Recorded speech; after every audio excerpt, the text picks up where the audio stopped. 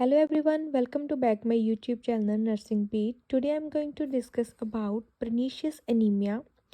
आज हम pernicious anemia के बारे में डिस्कस करेंगे जो ब्लड डिसऑर्डर में आता है। pernicious anemia जो मोस्टली होता है विटामिन B12 जो उसकी डेफिशिएंसी हो जाए तो उसके बाद पेशेंट को pernicious anemia होता है। फर्स्टली हम इसके बारे में बात करेंगे कि pernicious anemia होता क्या है। Pernicious anemia is an autoimmune condition that affects your stomach, and autoimmune conditions mean your immune system, the body natural defense system that protect against illness and infections, attack your body healthy cells. Vitamin B12 is combined with protein called intrinsic factor in your stomach. Pernicious anaemia में mainly क्या होता है कि इसमें auto immune condition होती है। इसमें auto immune condition होती है कि जैसे जो अपना इम्यून सिस्टम होता है, जो इम्यूनिटी है होती है अपनी बॉडी की, जो हमें इन्फेक्शन से और बाहर के जितने भी माइक्रो ऑर्गेनिज्म होते हैं, पैरासाइट, फंगाई, बैक्टीरिया, वायरल, जितने भी बाहर से हमारी बॉडी में एंटर करते हैं उससे हमें प्रोटेक्ट करती है। जो इम्यून सिस्टम होता है वो क्या करता है कि अपनी बॉडी को प्रोटेक्ट करता है कि बाहर से कोई भी एंटीजन जो होते हैं वो हमारी बॉडी में एंटर ना करें। तो इस कंडीशन में क्या होता है कि जो हमारी इम्यून सिस्टम होता है वो डिस्टर्ब हो जाता है। अपनी बॉडी जो होती है वो अपनी बॉडी ख़राब करने लगती है। अपने जो हेल्दी सेल्स होते हैं उसमें डिस्ट्रक्शन होनी स्टार्ट हो जाती है। विटामिन B12 के कारण क्या होता है कि पेशेंट को पर्नीशियस एनीमिया होता है। और इसमें मेनली क्या होता है कि पेशेंट का जो स्टमक होता है, डाइजेस्टिव सिस्टम होता है, उसमें डिफॉर्मिटीज़ हो जाती हैं, मीन्स प्रॉब्लम हो जाती है। पेशेंट को नोज़िया, वॉमिटिंग ऐसे कंडीशन हो जाती है पेशेंट की। अब हम बात करेंगे इसके कॉजेटिव फैक्टर के बारे में कि कौन कौन से कॉजेटिव फैक्टर है, कौन कौन से कारण है जिसके साथ पेशेंट को पर्नीशियस एनीमिया होता है। मीन्स विटामिन B12 किसकी कमी के साथ होता है, क्यों होता है पेशेंट को। सबसे पहले हम बात करेंगे इसके बारे में auto immune inflammation in the stomach. Sometime क्या होता है कि हमारे जो स्टमक में ऑटो इम्यून इन्फ्लामेशन हो जाती है, मीन्स इन्फेक्शन हो जाती है, रेडनेस हो जाती है, वहाँ पर इन्फ्लामेशन हो जाती है, सूजन पड़ जाती है, तो उसके कारण पेशेंट को ये प्रॉब्लम हो सकती है पर्नीशियस एनीमिया की। Inability to absorb vitamin B12 in the small intestine.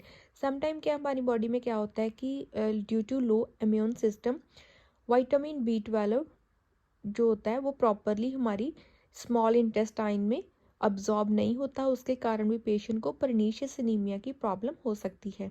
Then lack of vitamin B12 in diet. Sometime क्या होता है कि हम अपनी डाइट में प्रॉपरली विटामिन B12 नहीं ले पाते।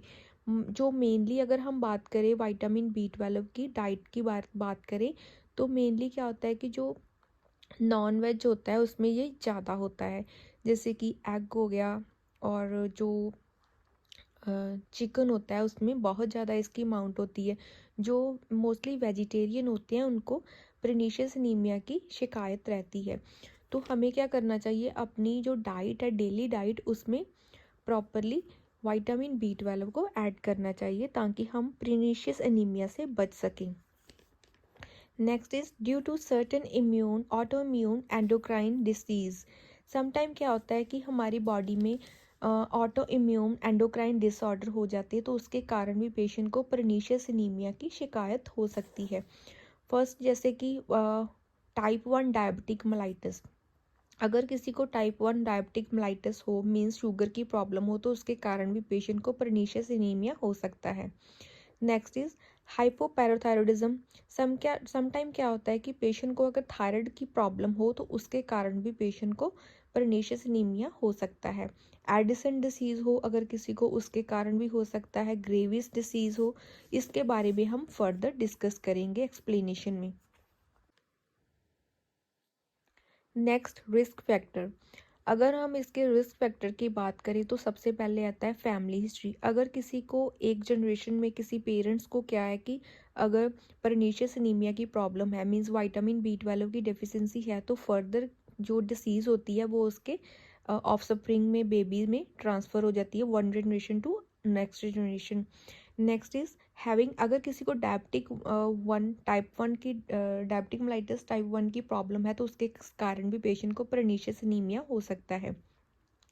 ओल्डर एज में भी काफ़ी जो चांस होते हैं कि परनीशियस एनीमिया हो जाए। नेक्स्ट अगर हम बात करें इसके साइन एंड सिम्टम्स के बारे में, तो इसमें पेशेंट को क्या होता है, फटीक रहेगी। अगर किसी को विटामिन B12 की डेफिशिएंसी है, मींस परनीशियस एनीमिया है, तो उसमें सबसे पहले पेशेंट को जो साइन एंड सिम्टम शो होंगे वो होगी फटीक।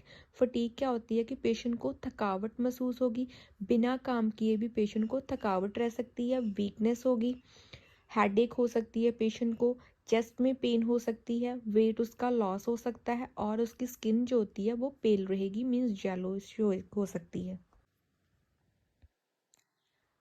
साइनस सिम्टम्स में अगर हम बात करें उसके न्यूरोलॉजिकल सिम्टम्स के बारे में, अगर किसी पर्सन को परनीशियस एनीमिया है, मींस अगर उसको विटामिन B12 की डेफिशिएंसी है, तो उसके साथ साथ पेशेंट को नर्वस सिस्टम भी इफ़ेक्ट होता है, मींस जो उसके कॉन्शियस लेवल होता है वो डिस्ट्रक्ट हो सकता है, उसमें प्रॉब्लम आ सकती है, जैसे कि अनस्टेडी गेट, उसका जो गेट है, उसकी चाल होती है, उसका जो मूवमेंट्स होती है वो ठीक तरह नहीं होगी, वो जल्दी गिर भी सकता है।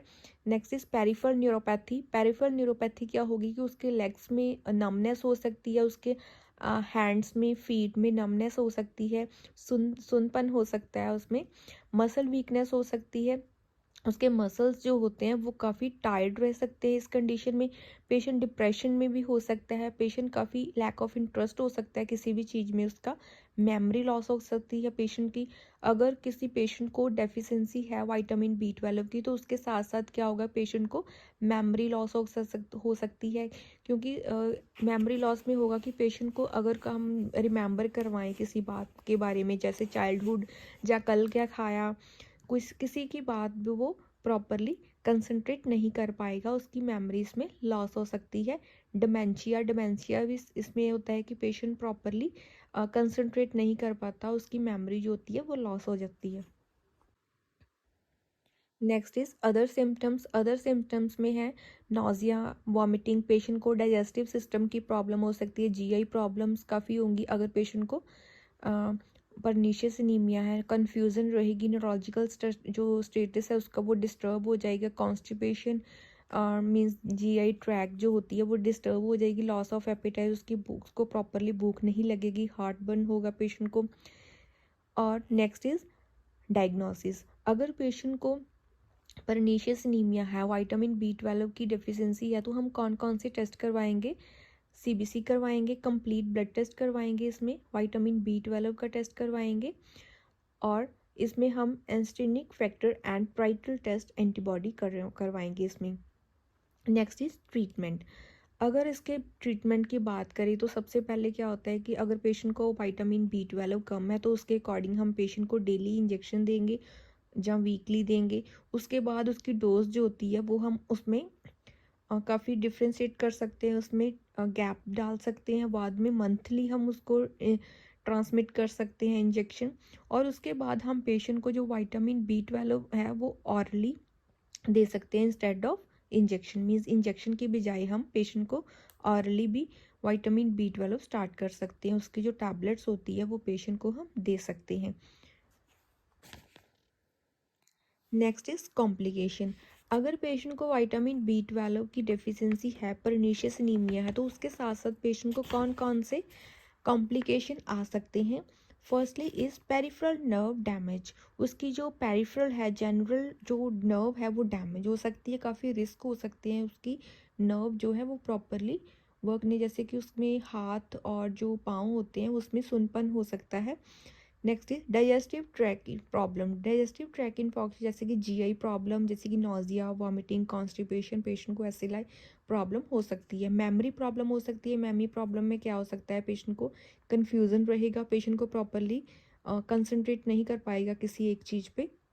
और न्यूरोलॉजिकल सिम्टम्स उसके काफ़ी सारे अपीयर होंगे। और लास्ट में क्या है, हार्ट प्रॉब्लम, पेशेंट को हार्ट प्रॉब्लम भी हो सकती है। सो गाइस, आज मैंने परनीशियस एनीमिया के बारे में डिस्कस किया कि परनीशियस एनीमिया क्या होता है, मीन्स ये डेफिशिएंसी होती है विटामिन B12 की, इसके causative, risk factor, sign and symptoms, और इसके other symptoms, diagnosis and treatment, and last में कॉम्प्लिकेशन के बारे में डिस्कस किया। I hope you understood my topic. If any query related to my topic, then ask me in comment section. Thank you so much.